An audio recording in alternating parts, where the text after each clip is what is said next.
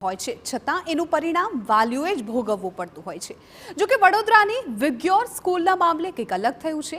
આ સ્કૂલના સંચાલકોની મનમાની સામે આવતા વાલીઓએ ડીઈઓ ઓફિસ ખાતે એફઆરસીમાં રજૂઆત કરી હતી, જેને પગલે તપાસ કર્યા બાદ ઇન્ચાર્જ વડોદરા જિલ્લા શિક્ષણાધિકારી મહેશ પાંડેએ વિગ્યોર સ્કૂલને 30,000 રૂપિયાનો દંડ ફટકાર્યો છે। વાત જરા જાણવા જેવી છે। જો તમારું બાળક પણ સ્કૂલમાં ભણતું હોય તો આ ખાસ જોજો, કેમ કે કાલે ઉઠીને તમારા બાળકની સ્કૂલમાં પણ આવી જ કોઈ મનમાની ચાલતી હોય તો હવે એ નહીં ચાલે।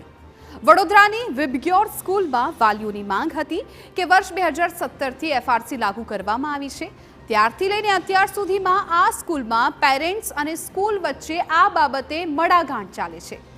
વર્ષ 2021થી એફઆરસીની ફી શું હોય છે તે પણ ખબર આપવામાં આવતી ન હતી।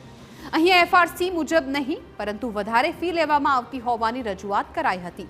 આ સાથે સ્કૂલમાં વેચાતા પુસ્તકો અંગે પણ સ્કૂલે નિયમોનું ઉલ્લંઘન કર્યું હોવાનું જાણવા મળ્યું છે। સ્કૂલ દ્વારા વિદ્યાર્થીઓને યુનિફોર્મ પહેરવા પણ દબાણ કરવામાં આવ્યું હતું અને ચોક્કસ સ્થળેથી જ યુનિફોર્મ પુસ્તકો ખરીદવા ફરજ પાડી હતી।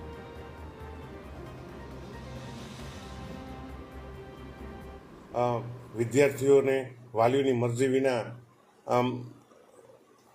દબાણ કરવા માટે, એ ઉપરાંત શાળામાંથી વિવિધ ગણવેશ પુસ્તકો ખરીદવા બાબતે કલમ નંબર 17, સરકારશ્રીના અપાયેલી સૂચનાનું પાલન ન કરવા માટે કલમ નંબર 19, એ ઉપરાંત લાયકાત વિનાના શિક્ષકો અને આચાર્યો પણ નથી, એક કલમ 23, આ 3 કલમના ભંગ બદલ 30,000નો દંડ ફટકારવામાં આવેલ છે।